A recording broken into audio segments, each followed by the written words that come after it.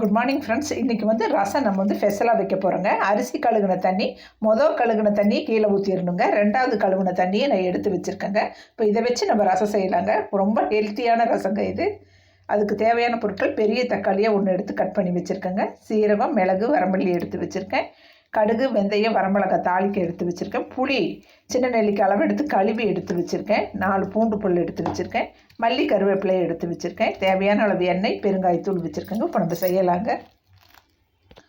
இப்போ இந்த மிக்சியில் போட்டுக்கலாங்க. தக்காளி, சீரகம், மிளகு, வரமல்லி.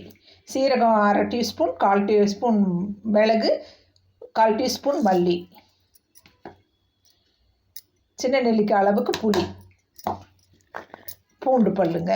இதை நம்ம மிக்சியில் அடிச்சுட்டு வந்துடலாங்க. இப்போ எண்ணெய் ஊற்றிக்கலாங்க. அதில் கடுகு, வெந்தயம், வரமிளகாய் நல்லா பொரியுதுங்க. இதில் பெருங்காயத்தூள் போட்டுக்கலாங்க. இப்போ நல்லா பொரியுதுங்க. நம்ம இந்த மிக்சியில் அடித்து வச்சதை எடுத்து ஊற்றிக்கலாங்க.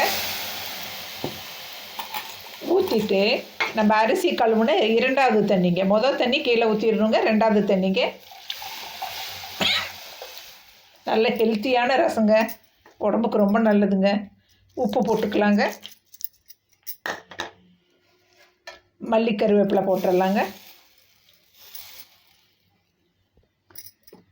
மிக்சியை கழுவி கொஞ்சம் ஊற்றிக்கலாங்க. ரசம் சூப்பராக ரெடி ஆகிட்டுருக்குங்க. கொஞ்சம் கரும்பு சர்க்கரை போட்டுக்கலாங்க. ஒரு 1/4 டீஸ்பூன் கரும்பு சர்க்கரை. டேஸ்ட்டு பிடிச்சவங்க போட்டுக்கோங்க. அவ்வளோ நல்லா இருக்குங்க இந்த ரசத்துக்கு. சூப்பராக ரசம் கொதிக்குதுங்க. நான் சொன்ன அளவுகளோடு நீங்கள் பண்ணி பாருங்கள். என் சேனலை பிடிச்சிருந்தா சப்ஸ்கிரைப் பண்ணுங்கள், லைக் பண்ணுங்கள், கமெண்ட் பண்ணுங்கள், ஷேர் பண்ணுங்கள். அடுத்த நல்லதொரு வீடியோவில் நம்ம சந்திக்கலாங்க. தேங்க்யூ.